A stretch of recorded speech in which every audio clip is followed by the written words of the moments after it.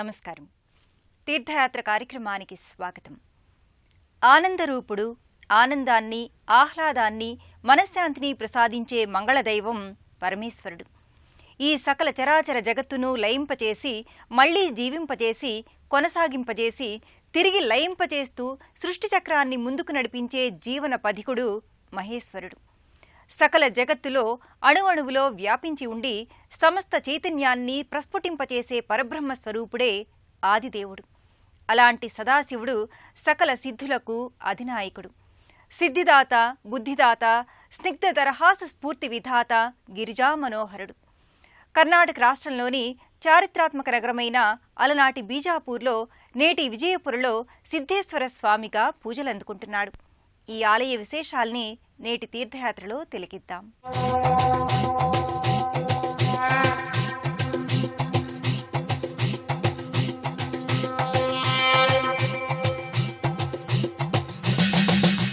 కర్ణాటక రాష్ట్రంలో ఉత్తర దిశగా ఉన్న ముఖ్యమైన పట్టణం బీజాపూర్.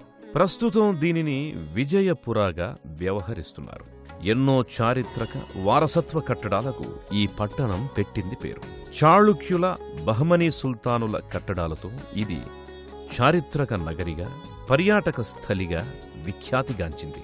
దక్కన్ పీఠభూమి పరిధిలో ఉన్న విజయపుర కర్ణాటకలోనే ప్రసిద్ధి చెందిన పర్యాటక ప్రదేశం. ఆదిల్ షా నిర్మించిన కోట ప్రధాన దర్శనీయ స్థలం. దీనిని 1566లో నిర్మించారు. ఆదిల్ షాయే నిర్మించిన గోల్ గుంబజ్ ఇక్కడ మరో ఆకర్షణ. ఇబ్రహీం రౌజా మహమ్మద్ షా టూంబ్, పురావస్తు ప్రదర్శనశాల, బారాకమాన్ మాలిక్ మైదాన్, ఉప్లీ బుర్జ్, అస్రా మహల్, గగన్ మహల్, తాజ్ బావుడి, మెహతార్ మంజిల్, ఇలా విజయపుర పట్టణమంతా ఎన్నో చారిత్రక కట్టడాలు పరివ్యాప్తమై ఉన్నాయి. ఈ పట్టణం పర్యాటకులకు మధురానుభూతులను అందిస్తుంది. బీజాపూర్ చారిత్రక వైభవానికి తగిన రీతిలోనే సిద్ధేశ్వర స్వామి ప్రధాన ఆలయం రాజటీవీ ఉట్టిపడే రీతిలో కనువిందు చేస్తుంది. అద్భుత కళాసౌధంగా అలరారుతున్న ఈ శైవ సన్నిధానంపై 7 కాషాయ ధ్వజాలు రెపరెపలాడుతుంటాయి. అపురూపమైన గురు పరంపరకు కూడా ఈ సిద్ధేశ్వర క్షేత్రం ప్రతీకగా నిలుస్తోంది. 1898వ సంవత్సరంలో ఈ ఆలయాన్ని నిర్మించారు. శతాధిక సంవత్సరాల చరిత్ర ఉన్న ఈ ఆలయం కర్ణాటకలోనే సుప్రసిద్ధ శివక్షేత్రంగా వర్ధిల్లుతోంది. బీజాపూర్గా ఖ్యాతిగాంచి నేడు విజయపురిగా వినుతికెక్కిన ఈ పట్టణంలో ప్రసిద్ధ శైవ సన్నిధి శ్రీ సిద్ధేశ్వర స్వామి ఆలయం. 1898వ సంవత్సరంలో నిర్మించిన ఈ ఆలయం పటిష్టమైన కోటను తలపిస్తుంది. తీర్చిదిద్దిన అందమైన కట్టడంగా కనువిందు చేస్తుంది. దుర్భేద్యమైన ఆధ్యాత్మిక శక్తి అనే కోటను స్వాధీనం చేసుకోవాలంటే శివశక్తి అనే అస్త్రం చాలు అనే సందేశాన్ని ఈ ఆలయ కోట కట్టడం అందిస్తుంది. పగటిపూట ధవళకాంతులు విరజిమ్మే ఈ కోట కట్టడం రాత్రి సమయంలో విద్యుద్దీపకాంతులతో విచిత్ర విలక్షణ వర్ణ సంభరితంగా ఆకట్టుకుంటుంది. సిద్ధయోగిగా సర్వేశ్వరుడు నెలకొన్న దివ్యాలయమిది. ఆదియోగి అయిన పరమేశ్వరుడు మొదట 7 శిష్యులైన సప్త ఋషులకు సిద్ధిని అందించాడు. అందుకు ప్రతీకగానే ఆలయ ప్రధాన ప్రవేశ ద్వారం 7 జెండాల అమరికతో ఉంటుంది.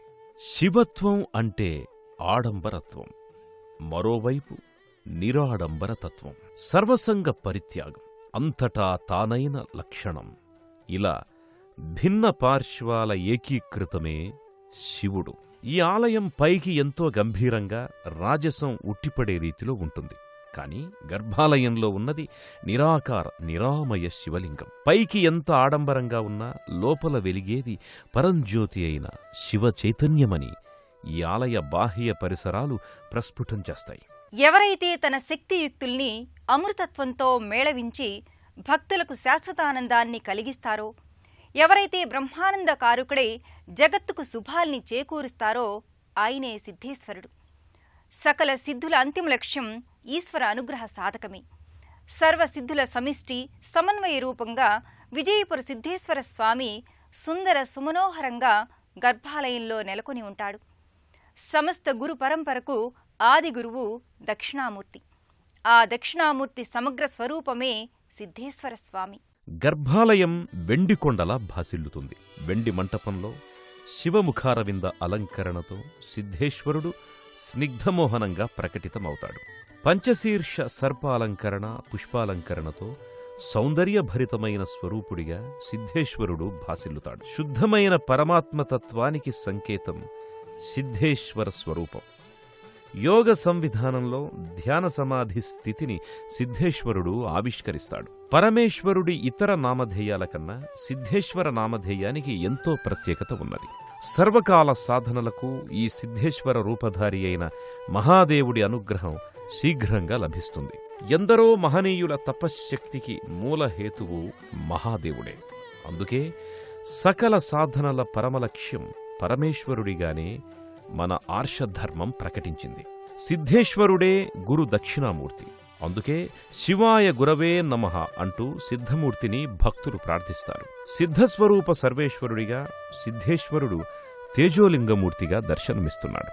జప సాధనలో, యోగ సాధనలో సిద్ధేశ్వర స్వామి అధిష్టాన దైవం. ప్రాణశక్తిలో ఉన్న దివ్యత్వాన్ని దర్శించడంలో సిద్ధేశ్వరుడి శుభవీక్షణ కావాలి. యోగ విద్యలో మంత్రయోగానికి ఎంతో ప్రాముఖ్యతుంది. సకల యజ్ఞాలన్నిటిలో జపయజ్ఞం శ్రేష్టం అని భగవద్గీత తెలియజేసింది. అందుకే సిద్ధులు, యోగులు, మహర్షులు తపస్సు చేసిన శివ సన్నిధానాలలో మహత్తర శక్తి ఉంటుంది. ఆ పరంపరలోనిదే విజయపురాలోని శ్రీ సిద్ధేశ్వర స్వామి ఆలయం. శివయోగి సిద్ధరామేశ్వర మహర్షి ఈ ప్రాంతంలో ఒకప్పుడు తపస్సు చేశారు. తన జ్ఞానబోధతో భక్తుల్ని తరింపజేశారు. శివస్వరూప మార్మికతను, పరమేశ్వర దివ్యతత్వాన్ని మహర్షి ఆవిష్కరించారు. భువిలో గురుడు శివుడే, జంగమదేవర మోక్షకారుడు అనే సామాజిక తత్వాన్ని సిద్ధానంద మహర్షి చాటి చెప్పారు. సర్వ సమానత్వమే శివుడి అభిమతమనే శివ సందేశాన్ని ఈ సన్నిధి నుంచి మహర్షి పరివ్యాప్తం చేశారు. అందుకే ఈ క్షేత్రం సిద్ధేశ్వర సన్నిధిగా అలరారుతోంది. ఎన్నో శతాబ్దాల క్రితం నుంచి శివయోగి ఆశ్రమంగా ఈ క్షేత్రం వర్ధిల్లుతోంది. పరమ శివయోగి శ్రీ సిద్ధరామేశ్వర మహర్షి ఈ ప్రదేశంలో దివ్య తపస్సు ఆచరించాడు. ఈ సమస్త విశ్వం శివుడే. దేనిలో నుంచి అంతా వచ్చిందో, దేనిలో అంతా జీవిస్తుందో, తిరిగి దేనిలోకి అంతా లయమైపోతుందో అదే శివతత్వం అంటూ శివ సందేశాన్ని సిద్ధరామేశ్వరానందయోగి భక్తులకు విశదపరిచారు. జీవమున్న ప్రతి వస్తువులోనూ శివతత్వం ఉంది. అలాంటి శివతత్వాన్ని అనుభవంలోకి తెచ్చుకోవాలంటే ధ్యానరూప చైతన్యాన్ని సాధించాలనేది సిద్ధరామేశ్వర యోగి సందేశం. ఈ ఆలయ లోగిలిలో రామేశ్వర యోగి తపస్సు చేసుకున్న దివ్య సన్నిధి ప్రత్యేకంగా ఉంటుంది. తపోస్థలిగా ఈ ప్రదేశాన్ని వ్యవహరిస్తారు. ఈ ఆలయ ప్రధాన ముఖమంటపంలోని గోడలపై సిద్ధేశ్వర యోగి చరిత్ర విశేషాలు దృశ్యరూపంగా గోచరమవుతాయి. పరమసాత్విక సుప్రసన్న యోగీశ్వరుడిగా, శివభక్తులకు మార్గదర్శకుడిగా సిద్ధరామేశ్వర యోగి భాసిల్లారు. విజయపుర సిద్ధేశ్వర స్వామి సన్నిధానంలో పలు ఉపాలయాలున్నాయి. ఈ ఉపాలయాలలో కపిలేశ్వర స్వామి సన్నిధి ప్రముఖమైనది. కపిల మహర్షి ఇక్కడ శివలింగాన్ని ప్రతిష్ఠించాడని ప్రతీతి. ఈ కపిలేశ్వర స్వామి సన్నిధినే మూలశివ సన్నిధిగా ఇక్కడ వ్యవహరిస్తారు. సకల సిద్ధులకు సమన్వయ రూపమే మహాదేవుడు. అలాంటి నీలకంఠుణ్ణి ఎందరో సిద్ధులు, సాధకులు, యోగులు, మునిపుంగవులు ప్రసన్నం చేసుకున్నారు. ఆ కోవలోనే సిద్ధరామేశ్వర స్వామి ధన్యత పొందారు. మానసిక యోగానికి, శారీరక కర్మకు బలాన్నిచ్చే శక్తి ధ్యానానికుంది. దీనినే వాచిక యజ్ఞంగా వ్యవహరిస్తారు. బుద్ధుని ఏకాగ్రం చేసి ప్రాణాయామం ద్వారా శుద్ధిని పొందాలి. హృదయ మధ్యంలో కాని, భ్రూమధ్యంలో కాని శివస్మరణ చెయ్యాలి. శివరూపాన్ని ప్రతిష్ఠించుకోవాలి. ఇదే సిద్ధరామేశ్వరానందుడి శివతత్వ సాధన. జ్యోతిస్వరూపునిగా, అర్ధనారీశ్వరునిగా, దక్షిణామూర్తిగా, సిద్ధేశ్వరుడిగా, నటరాజుగా ఇలా అనేక స్వరూపాలలో యోగులు శివరూపాన్ని తమ మనోమందిరాలలో ప్రతిష్ఠించుకుంటారు. జపం, తపం, స్మరణ, అనుష్ఠానం ఇవన్నీ మానసికపరమైన యజ్ఞాలు. ఈ యజ్ఞాలన్నీ ఈ క్షేత్రంలో నిర్వహించి తన తపశ్శక్తిని ధారపోసి ఇక్కడ సిద్ధేశ్వరలింగాన్ని సిద్ధరామేశ్వర యోగి ప్రతిష్టాపన చేశారు. సిద్ధయోగీశ్వరుడైన సిద్ధరామేశ్వరుడు తపస్సు ఆచరించిన సన్నిధిలో కపిలేశ్వర స్వామి శివలింగమూర్తిగా దర్శనమిస్తాడు. పాలరాతి పానబట్టంతో రజతమయ శివముఖారవిందంతో కపిలేశ్వరుడు గమనీయంగా గోచరమవుతాడు. శివయోగి సిద్ధరామేశ్వర మహర్షి తపమాచరించిన ప్రసిద్ధ శైవక్షేత్రం విజయపుర సిద్ధేశ్వర సన్నిధి. తన తపోశక్తిని ధారపోసి ఇక్కడ శివలింగాన్ని ప్రతిష్ఠించి ఈ క్షేత్రం సిద్ధిక్షేత్రంగా వర్ధిల్లుతుందని మహర్షి ప్రకటించారు. మహర్షి ఆకాంక్ష మేరకు ఈ క్షేత్రం ఎందరో భక్తుల మనోభీష్టాల్ని నెరవేరుస్తూ అనుగ్రహ సిద్ధి క్షేత్రంగా పరిఢవిల్లుతోంది. శాంతిని, శుద్ధతను, శుభాన్ని తెలియజేసే శబ్దం శం.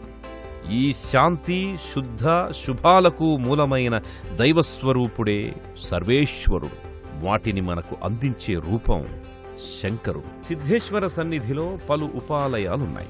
మహాదేవుడు వీరభద్రేశ్వరుడిగా, ధీరగంభీర భయద రూపధారిగా దర్శనమిస్తాడు. మరోవైపు సుందర విజయ హనుమాన్ నెలకొన్న మందిరమున్నది. నాగదేవతా సన్నిధానంలో ఏకసర్ప ప్రతిమ ఎంతో ఆకర్షణీయంగా గోచరమవుతుంది. సర్వ విఘ్నాలను తొలగించి సకల జయాలను అందించే వరసిద్ధి గణపతి ప్రత్యేక మందిరంలో నెలకొని భక్తులకు శుభకర మంగళ దీవెనల్ని అనుగ్రహిస్తాడు.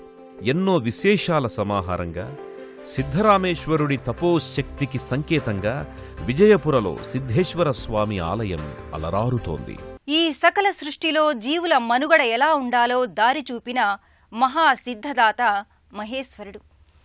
శివ భగవానుడిలో ఎందరో మహనీయులు, మహర్షులు తమ జీవితాల్ని అనుగ్రహం చేసి సిద్ధి అందుకున్నారు. ధార్మిక జీవన సంవిధానమే శివతత్వం అని శివయోగులు ప్రకటించారు. ఆ మార్గంలో పయనించటమే అసలైన శివపూజ. మరో క్షేత్ర సందర్శనంతో మళ్ళీ కలుసుకుందాం.